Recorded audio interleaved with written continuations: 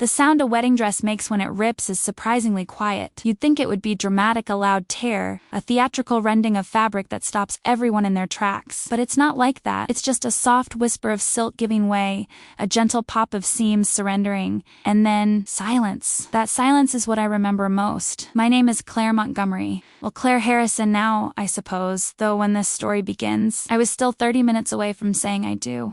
It was October 23rd, the most important day of my life, and I was standing in the bridal suite of the Rosewood Estate, a beautiful historic venue with floor-to-ceiling windows overlooking a garden that had been photographed for a dozen wedding magazines. I was surrounded by my bridesmaids, my sister Emma, my best friend since college Rachel, and my cousin Sophie. We were laughing about something ridiculous. Some joke Rachel had made about the flower arrangements looking like something from a Dr. Seuss book. I was mid-laugh, my hand on my stomach, when I felt it. The release of pressure around my ribcage, the slight shift of fabric, and then that sound, that quiet, devastating whisper. I stopped laughing immediately. My hand moved to my side, where I could feel the separation of seams, the exposure of the corset underneath. About 4 inches of stitching had given way along the left side seam, right where the bodice met the skirt. Claire? Emma's voice was careful, worried. She'd seen my face change. I turned slightly, trying to assess the damage without moving too much. The dress was a size 24, custom-ordered, professionally fitted, altered 3 times to be perfect. I'd lost 15 pounds in the 6 months leading up to the wedding, not because anyone asked me to, but because the stress had killed my appetite and I'd been too anxious to eat properly. The dress had been taken in twice because of it, and now it had ripped anyway. The dress, I said quietly, the seam, ripped. All 3 of them moved at once, circling around me like a medical team, responding to an emergency. Emma gently lifted the outer layer of tulle to examine the damage. Rachel immediately started looking for the emergency sewing kit that every bridal suite supposedly had. Sophie pulled out her phone, probably to Google how to fix a wedding dress emergency. But I wasn't looking at any of them. I was looking at the doorway, where Margaret Harrison, my future mother-in-law, had just appeared. She was wearing a silver sheath dress that probably cost more than my entire wedding budget. Her hair was styled in perfect waves. Her makeup was flawless. She looked like she'd stepped out of a society magazine, which made sense because she'd actually been featured in one just last year for her philanthropic work with the Junior League. Margaret and I had a complicated relationship. That's the polite way to put it. The honest way would be to say that from the moment her son David introduced us 2 years ago. Margaret had made it abundantly clear that I was not the kind of woman she'd envisioned for her only child. I wasn't thin enough, wasn't elegant enough, didn't come from the right kind of family. My father was a high school teacher and my mother was a nurse, which apparently didn't measure up to the Harrison family legacy of lawyers and businessmen. Margaret never said these things directly, of course. She was far too refined for that. Instead, she said them in small ways, subtle ways, like the time she'd given me a gift certificate to a wellness spa for my birthday with a note that said, "Every bride deserves to feel her best." The spa specialized in weight loss programs. Or the time she'd suggested we should have the wedding photos taken from flattering angles and recommended a photographer who specialized in making everyone look their best, which I later learned meant he heavily photoshopped his subjects. Or the dozens of times she'd made comments about portion sizes, about whether I really needed dessert, about how David has always been so health conscious in a tone that suggested I was corrupting him with my mere existence. But David loved me. David had proposed to me on a rainy Tuesday in our apartment, while we were both wearing sweatpants and eating takeout Chinese food. David thought I was beautiful exactly as I was. And David had promised me that his mother would come around eventually, that she just needed time to adjust. I'd wanted to believe him, but now, standing in that bridal suite with my dress ripped and my wedding starting in 27 minutes, I watched Margaret's face as she took in the situation, and she smiled. It wasn't a big smile. It wasn't obvious, but I saw it. That tiny upturn at the corner of her mouth. That flash of satisfaction in her eyes. That moment of vindication, as if the universe had just confirmed everything she'd ever thought about me. "See?" her expression seemed to say. I knew she wasn't right for this family. I knew this would be a disaster. The dress ripped because you're too big for it, her smile whispered. Because you don't belong in a wedding dress like this. Because you're not good enough for my son. Something inside me shifted in that moment. Something cold and sharp and absolutely done with being made to feel small. "Margaret," I said, my voice surprisingly steady. "Could you give us a moment, minute, please? We need to handle this. She blinked, the smile disappearing into an expression of concern that I didn't believe for a second. Oh, Claire, I just wanted to see if there's anything I can do to help. This is such a terrible situation. I'm sure we can find you something else to wear. Maybe one of the bridesmaids has a dress that could work? Or I saw a lovely department store just down the street. We've got it handled, Emma interrupted, her voice firm. My sister had never liked Margaret, and she wasn't bothering to hide it now. Thank you. Margaret hesitated, clearly wanting to stay and witness the full extent of the crises. But even she couldn't justify ignoring such a direct dismissal. She nodded slowly, pressed her lips together in what might have been an attempt at sympathy, and left. The moment the door closed behind her, Rachel exploded. I'm sorry, but did she just smile? Did I actually see that correctly? She smiled, Sophie confirmed, her voice tight with anger. That woman smiled when your dress ripped. I took a deep breath, then another. My hands were shaking slightly, and I pressed them against my sides too. Steady them. Emma was still examining the seam, her face grave. Claire, this is ...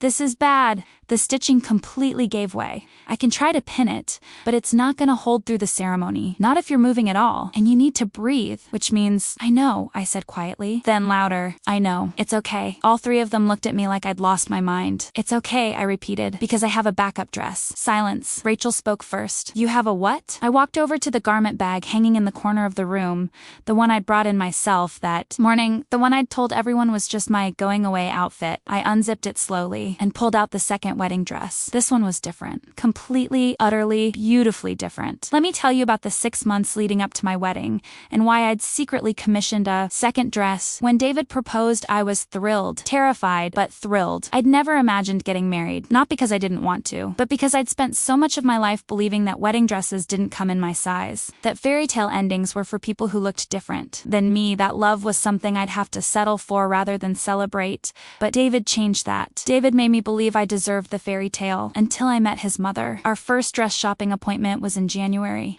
Margaret had insisted on coming along, saying it was tradition for the mother of the groom to be involved. My own mother couldn't make it that day. She was working a double shift at the hospital, so it was just me, Emma, Rachel, and Margaret at an upscale bridal boutique that Margaret had selected. The consultant brought out dress after dress. Each one was beautiful, but Margaret had an opinion about every single one. That neckline is a bit low for a church wedding, don't you think? I'm not sure that style is flattering for your ...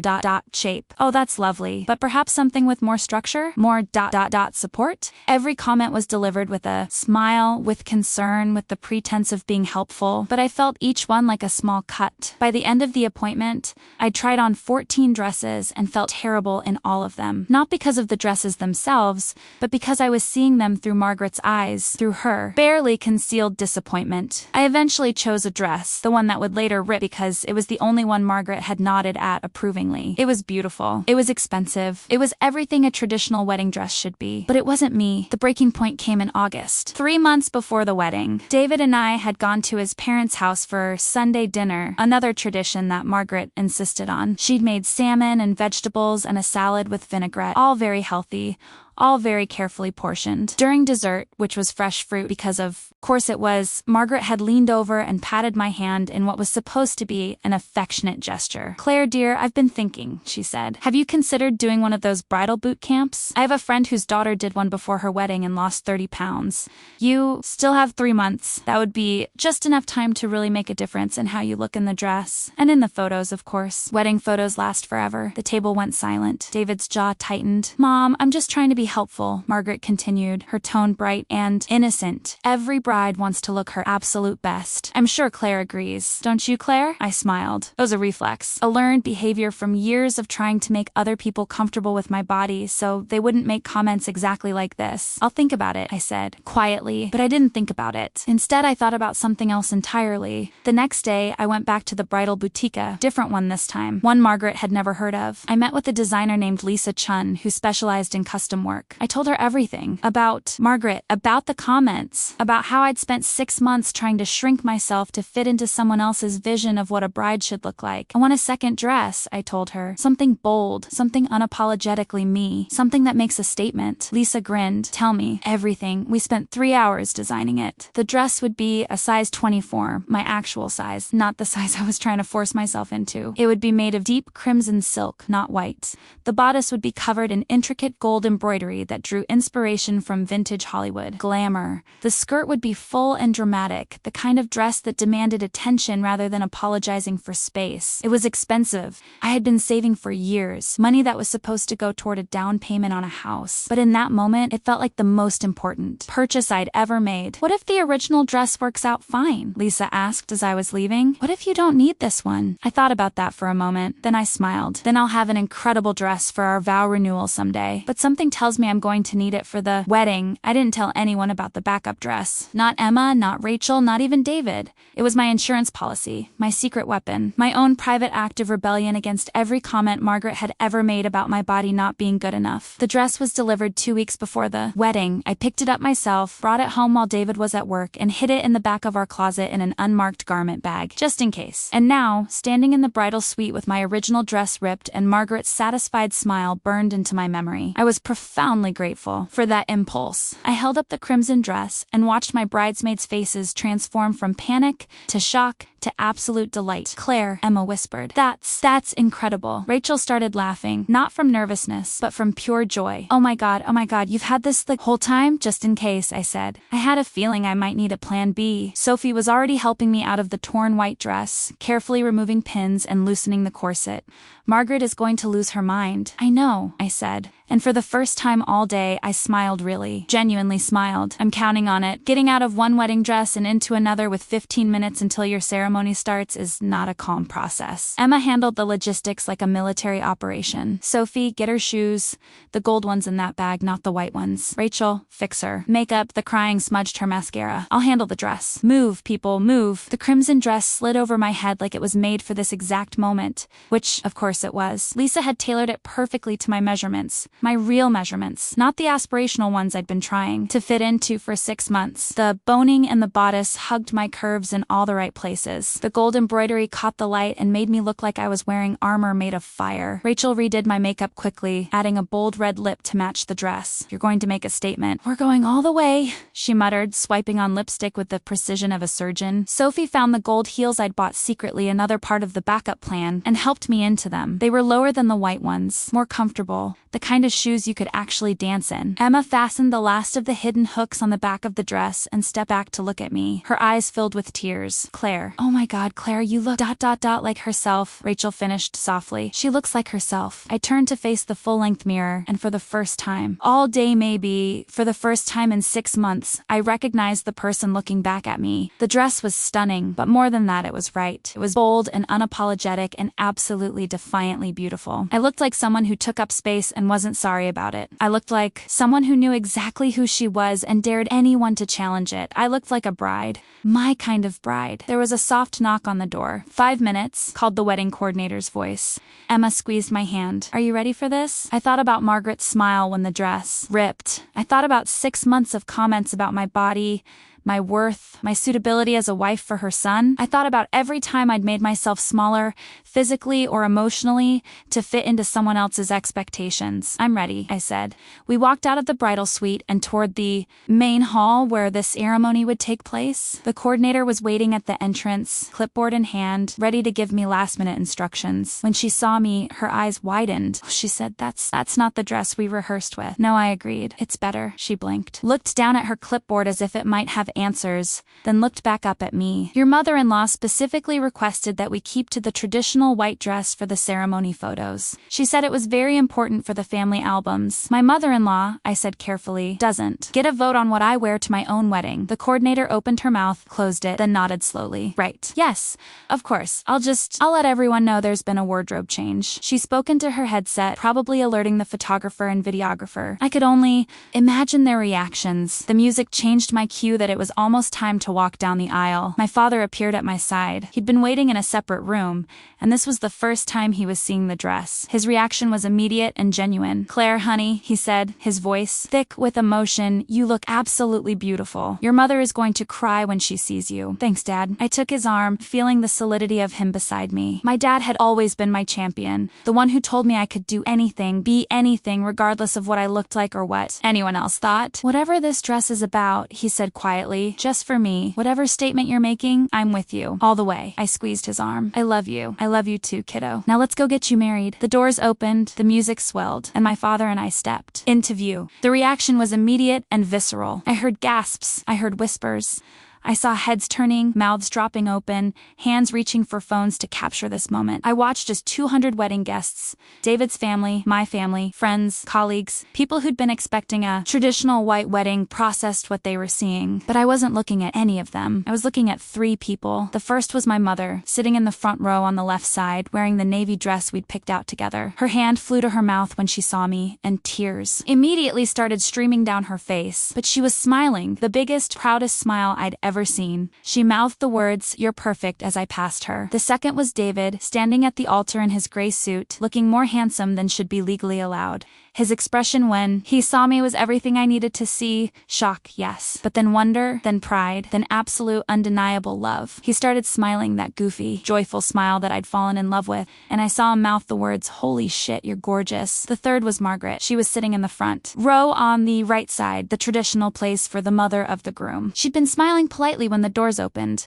playing her role as the gracious matriarch. But when she saw me, when she saw the crimson dress, the gold embroidery, the bold defiance of every expectation she'd ever had, her smile disappeared completely. Her face went through a series of expressions in rapid succession: confusion, shock, realization, and finally, something that looked remarkably like fury, barely contained beneath a mask of social propriety. Our eyes met as I walked past her row. I smiled, not a polite smile, not an apologetic smile, a real, genuine, satisfied smile that said everything I'd never been able to say out loud. "I win," that smile said. "I'm marrying your son in a dress that I chose, in a body that I love, as a woman who refuses to shrink herself for anyone, including you." Margaret's lips pressed into a thin line, and I kept walking. When I reached the altar, David took both my hands in his and leaned close enough that only I could hear him. "You changed dresses," he whispered, his eyes sparkling with barely suppressed laughter. "The other one ripped," I whispered back, "unhung, and you just happened to have a stunning red dress as backup?"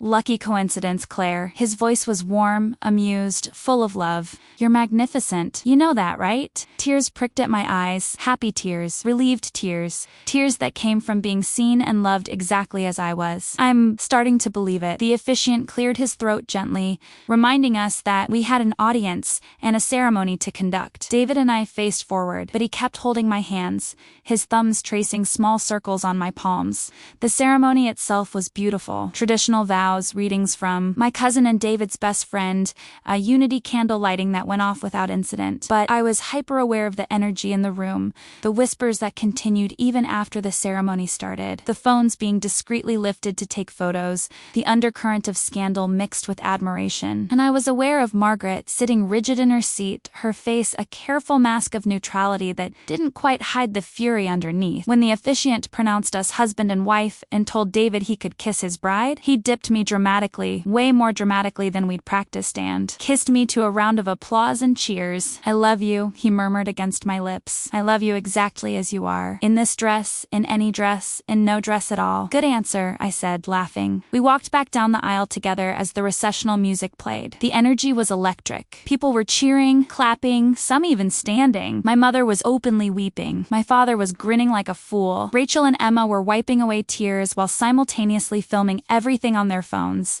And Margaret ... Margaret was standing because social convention demanded it. She was smiling because 200 people were watching, but her eyes were cold and I knew this wasn't over. Sure enough, during the cocktail hour before the reception, she found me. I was standing near the bar with David, accepting congratulations from a parade of guests who wanted to tell me how beautiful I looked, how unique the dress was, how brave I was for doing something different. David's arm was around my waist, and I felt more confident, more grounded than I had in months. "David," Margaret's voice cut through the chatter. "Could I speak with you? Privately?" "Anything you need to say to me, you can say in front of Claire," David replied, his tone pleasant but firm. Margaret's smile tightened. "Very well. I'm simply wondering why I wasn't informed about the wardrobe change. I was under the impression we'd agreed on the white dress. The photographer wasn't prepared for this. Unexpected choice. The white dress ripped," I said calmly. "I had this one as a backup." "How convenient," Margaret said, her tone suggesting it was anything but a backup dress that just happened to be a completely different color, a completely different style. almost as if you'd planned this. Margaret, David started, warning in his voice, but I put a hand on his arm. I'd spent 6 months letting Margaret's comments slide, swallowing my responses, trying to keep the peace. Not anymore. You're right, I said. I did plan it. I commissioned this dress 3 months ago because I had a feeling the white one wouldn't work out. And when it ripped 30 minutes before the ceremony, right after I saw you smile about it, I was very grateful I'd planned ahead. The color drained from Margaret's face. I did not smile. How dare you suggest you smiled? I said simply. I saw it. My bridesmaids saw it. You were happy that the dress ripped because it confirmed everything you've been thinking for 2 years, that I'm not good enough for your son, that I'm too big, too common, too wrong for the Harrison family. People nearby were starting to notice the tension. Conversations were quieting. David's hand tightened on my waist. But here's the thing, Margaret, I continued, my voice steady. I don't need to be good enough for you. I need to be good enough for David. And he chose me. In this body, in this dress, exactly as I am. So you have 2 choices. You can accept that and be part of our lives, or you can keep making comments about my weight and my worth and find yourself with a lot less access to your son and any future grandchildren. The silence that followed was deafening. Margaret's face cycled through several shades of red. Her mouth opened and closed like a fish. She looked to David, clearly expecting him to defend her, to smooth things over the way he always had. David straightened his shoulders and looked his mother in the eye. Claire is absolutely right. And if I'd known you smiled when her dress ripped, we'd be having a much different conversation. Right now, a much more final one. David, I am your mother, and Claire is my wife, he said firmly. My wife, who I love more than anything, who I will always choose every single time. So if you want to be part of our family, you need to treat her with the respect she deserves, not the tolerance. You've been showing, not the barely concealed disappointment, actual respect. Margaret stood there, frozen, clearly not used to being spoken to this way by anyone, let alone her son. Finally, she drew herself up and said, in a voice like ice, I see. Well, I suppose you've both made yourselves very clear. If you'll excuse me, I need some air. She walked away, her heels clicking sharply on the hardwood floor. David let out a long breath. I'm sorry. I'm so sorry. I should have done that months ago. I turned to face him, cupping his face in my hands. You did it when it mattered. That's what counts. He kissed my forehead. That dress really is incredible, by the way. When did you plan all this? August. After the boot camp comment. I should have shut that down immediately. I should have, David. I smiled. You're shutting it down now. That's enough. Now let's go enjoy our wedding. Reception. I want to dance with my husband. The reception was everything I'd dreamed it would be. We danced. We laughed. We ate amazing food, including a massive slice of wedding cake that I enjoyed without a single thought about calories or judgment. My father gave a speech that made everyone cry. Rachel gave a speech that made everyone laugh. Even David's father, who'd been quietly supportive throughout the whole Margaret situation, gave a toast about how lucky David was to find someone with such strength of character. Margaret stayed for exactly 1 hour after the confrontation, maintaining a brittle smile for the sake of appearances, then claimed a headache and left early. I felt a pang of something, not quite guilt, but maybe sadness that it had to end this way. But mostly I felt relief. Around midnight, when the reception was winding down and most of the older guests had left, I found myself on the terrace with Emma, Rachel, and Sophie, all of us barefoot by this point, holding glasses of champagne. Can we talk about the fact that you've been sitting on that dress secret for 3 months? Rachel said, shaking her head in disbelief. Like the self-control that must have taken. I've almost told you a dozen times, I admitted, but I wanted it to be mine. My secret, my plan, the look on Margaret's face when you walked down that aisle, Sophie said, grinning. I will treasure that memory forever. I swear I saw her eye twitch. Emma was quieter, looking at me with an expression I couldn't quite read. Finally, she said, I'm proud of you, Claire, not just for the dress, but for everything, for standing up to her, for not making yourself smaller to fit into someone else's idea of who you should be. I spent so long doing exactly that, I said softly, making myself smaller, apologizing for space, trying to be the right size, the right weight, the right version of myself, and I was miserable. The dress ripping felt like rock bottom, but it was also ... freeing, because it gave me permission to stop pretending, to think, Rachel mused. If Margaret hadn't smiled, you might have just changed into a spare white dress or something boring. Oh no, I said, laughing. I was wearing this dress no matter what. The rip just made it poetic. We clinked our glasses together, and I felt a surge of gratitude for these women who'd stood beside me through all of it. David found me a little while later, wrapping his arms around me from behind and resting his chin on my shoulder. You ready to go, Mrs. Harrison? I am, I said, then paused. Actually, I'm keeping Montgomery professionally, but I like the sound of Mrs. Harrison for today. Works for me. You could be Mrs. Potato Head and and I'd still be the luckiest man alive. I turned in his arms and kissed him. What's going to happen with your mom? He sighed. I don't know. I'll call her tomorrow. Try to have an actual conversation. Set some boundaries. Make it clear that the comments stop now. If she can't do that ...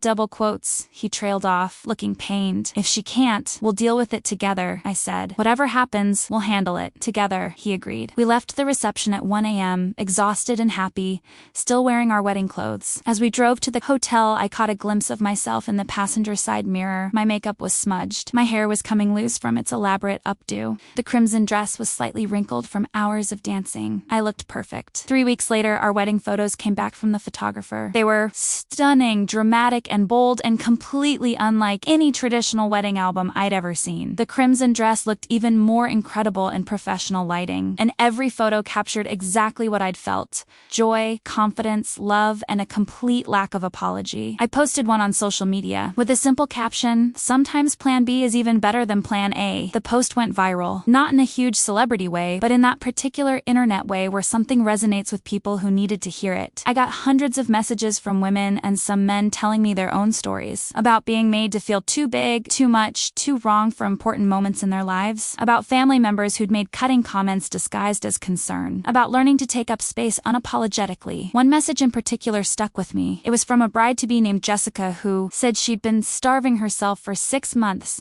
trying to fit into a size 8 dress that her mother insisted was what brides wear. After seeing my photo, she'd gone back to the bridal shop, ordered a dress in her actual size, and told her mother the subject was closed. "You made me realize I deserve to be comfortable and beautiful on my wedding day," she wrote. Not one or the other, both. I framed that message and hung it in my home office. As for Margaret, there was a reckoning. David had multiple conversations with her over the following months, some productive, some not. She apologized. Eventually, though, I'm not entirely convinced she meant it, but she stopped making comments about my weight, stopped making suggestions about my appearance, started being, if not warm, then at least civil. It wasn't the fairy tale ending where we became best friends, but it was real, and it was enough. A year later, when we hosted Thanksgiving at our house, Margaret arrived with a gift bag. Inside was a coffee table book of non-traditional wedding dresses throughout history. "I thought you might appreciate it," she said stiffly. "Some of them are quite remarkable." It wasn't an apology, but it was an acknowledgement, an admission that maybe, just maybe, there were multiple ways to be a bride,